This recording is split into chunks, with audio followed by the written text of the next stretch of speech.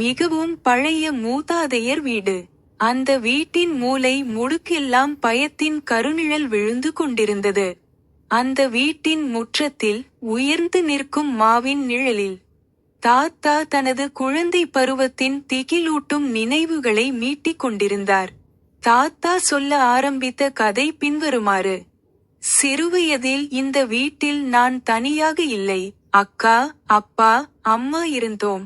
ஒரு நாள் இரவு பலத்த காற்றும் மழையும் பெய்து கொண்டே தூங்கிக் கொண்டிருந்தோம். திடீரென்று யாரோ கதவை தட்டும் சத்தம் கேட்டு திடுக்கிட்டோம். அப்பா சென்று கதவை திறந்தார். அங்கு யாரும் இல்லை. ஆனால் வெளியில் யாரோ நிற்பதை உணர்ந்தேன். அப்போது இரவு அந்த சத்தம் கேட்க ஆரம்பித்தது. அவள் கத்தியபடியே என் அறைக்கு சென்றாள். பின்னர் பேய் பற்றி மேலும் விசாரித்தோம். அவள் இந்த வீட்டில் வசித்த பெண். அவளுக்கு ஒரு குழந்தை இருந்தது. ஆனால் சிறுவன் விபத்தில் உயிரிழந்தான். பின்னர் அவள் பைத்தியம் பிடித்தாள். பையனை தேடி வீடு முழுவதும் அலைந்தாள். இறுதியாக அவள் தற்கொலை செய்து கொண்டாள். அவள் என்ன விரும்புகிறாள் என்று எங்களுக்கு தெரியவில்லை. ஆனால் அவள் பையனை பார்க்க விரும்பினாள். குழந்தையின் பொம்மைகளை கண்டுபிடித்து அவளிடம் கொடுத்தோம். பிறகு அவள் அமைதியானாள். அதன் பிறகு அவளை அந்த வீட்டில் பார்த்ததே இல்லை. வீட்டின் சேமிப்பு அறையில் பெண்ணின் குழந்தையின் பொம்மைகள் கண்டெடுக்கப்பட்டன. அதில் குழந்தையின் உடைந்த பொம்மையும் மரக்குதிரையும் இருந்தன. பொம்மைகளை பார்த்ததும் அம்மாவின் துயரம் புரிந்தது. அம்மாவின் அருகில் பொம்மைகளை வைத்தபோது குளிர்ந்த காற்று வீசியது. அந்த அன்னையின் பிரசன்னம் அங்கே உணரப்பட்டது. பிறகு மெல்ல மெல்ல எல்லாம் அமைதியடைந்தது. அன்று இரவு அனைவரும் தயங்காமல் அமர்ந்திருந்தனர். விடிந்ததும் பழைய மாவின் அடியில் யாரோ அமர்ந்திருப்பது போல் தெரிந்தது. உற்று பார்த்தபோது அந்த பெண்ணின் உருவம் தெரிந்தது. குழந்தையின் பொம்மைகளை பிடித்து கொண்டு ஒன்றாக அமர்ந்திருந்தார்கள். சூரியன் உதிக்க அந்த உருவம் மெல்ல மறைந்தது. யாரும் அம்மாவை மீண்டும் பார்க்கவில்லை.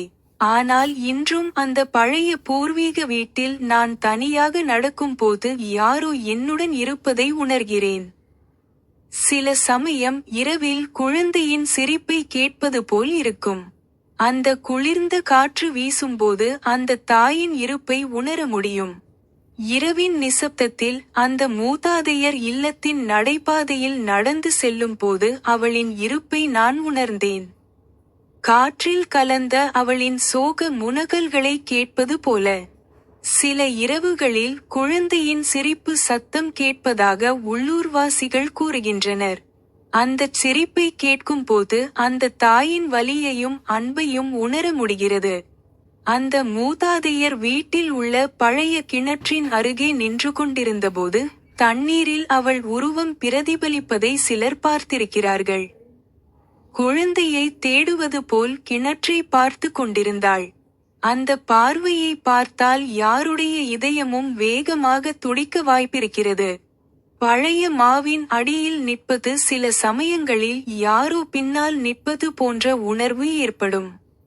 திரும்பி பார்த்தால் யாரும் தென்படவில்லை. ஆனால் அவள் பிரசன்னம் அங்கே இருப்பதாக மனம் சொல்கிறது. அந்த குளிர் காற்று அடிக்கும் போது அவள் மூச்சு காற்று கழுத்தில் அடிப்பது போல் உணர்கிறது. இன்றும் அந்த மூதாதையர் வீட்டில் தனியாக வாழ யாருக்கும் துணிவதில்லை. இரவின் நிசப்தத்தில் அவளது துக்க முனகல்கள் கேட்கின்றன என்று உள்ளூர்வாசிகள் கூறுகிறார்கள். அந்த குடும்பத்தின் ஒவ்வொரு மூலை முடுக்கிலும் அவளுடைய இருப்பு இன்னும் இருக்கிறது. அந்த தாயின் சோகமான ஆவி இன்னும் அந்த வீட்டை துரத்துகிறது. தாத்தா கதை சொல்வதை நிறுத்தினார். சுற்றிலும் இருள் சூழ்ந்தது. அந்த குளிரில் எல்லோர் மனதிலும் ஒருவித பயம் நிறைந்திருந்தது. எல்லோரும் ஒருவரை ஒருவர் பார்த்து கொண்டார்கள். யாரும் பேசவில்லை. அந்த இரவு எல்லோர் மனதிலும் பயத்தின் இருண்ட நிழல் படிந்திருந்தது.